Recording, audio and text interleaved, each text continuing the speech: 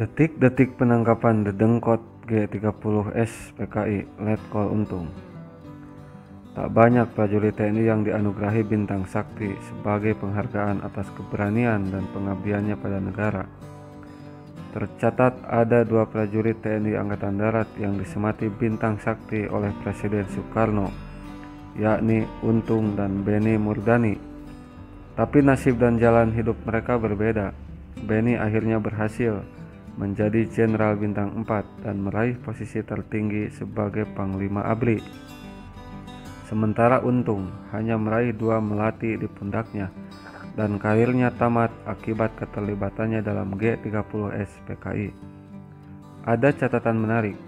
Pasca peristiwa gagalnya gerakan Dewan Revolusi 30 September 1965 yang dilakukan oleh beberapa perwira yang sering menamakan dirinya progresif revolusioner, sang pimpinan gerakan Letkol Infantri Untung Sutopo atau Danyon 1 Cakrawirawa ini atau Paswal Pres berusaha melarikan diri dan berpindah tempat untuk menghindari kejaran aparat keamanan pada waktu itu. Namun naas, Letkol Untung Sutopo rupanya tidak seberuntung namanya. Tanggal 11 Oktober 1965, dia yang saat itu sedang berusaha melarikan diri ke arah Semarang dengan menumpang kendaraan bus, justru mengalami nasib yang di luar perhitungannya. Dia dikenali mukanya oleh 2 anggota tentara yang sama-sama sedang menumpang bus. Karena kaget dan ingin menghindar, akhirnya dia melompat keluar bus. Karena kecurigaan kedua tentara yang ada di dalam bus, Untung akhirnya dikejar hingga akhirnya tertangkap warga di sekitar Asem 3 Keraton Tegal. Setelah melalui proses mahmilub di Jakarta, dia harus menghadapi regut tembak pada tahun 1966. Menurut sumber, Letkol Untung tersebut ditangkap di daerah Kemandungan dan kemudian dibawa ke kantor CPM Tegal di depan Dr. Trenggono. Saat penangkapan, Letkol Untung tersebut sempat diberi makan oleh CPM Tegal.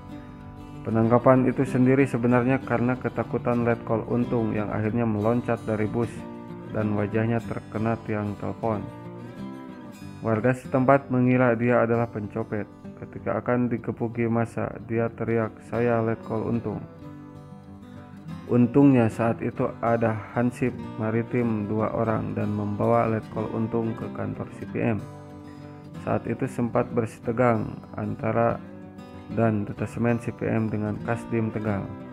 Setelah mendapat perintah dari Jakarta, Letkol Untung dibawa ke Jakarta dengan pengawalan ketat dan sangat rahasia dengan berganti-ganti kendaraan. Dandim Tegal saat itu adalah Mayor Sitorus. Versi lain dimuat dalam koran Merdeka. Menurut narasumber Suryadi, bekas kepala desa Keraton Tegal, setelah Untung loncat dari bus, ia langsung ditangkap warga dan dibawa ke balai desa Kemandungan. Untung saat itu bersama rekannya yang bernama Damiri. Damiri meminta agar mereka dibebaskan oleh Lurah Kemandungan dan dikabulkanlah permintaan itu. Untung kemudian diizinkan pergi dan akhirnya nyasar ke desa sebelah utara Keraton sampai akhirnya menuju Dukuh Asem 3. Terdorong rasa ingin melihat lukanya, Untung masuk ke rumah penduduk Dukuh Asem 3 dan dengan alasan minta air, dia masuk terus bercermin di kaca almari tanpa permisi pada si pemilik rumah. Melihat ada orang yang minta minum di depan lemari, maka si pemilik rumah curiga dan memberitahukannya kepada tetangganya.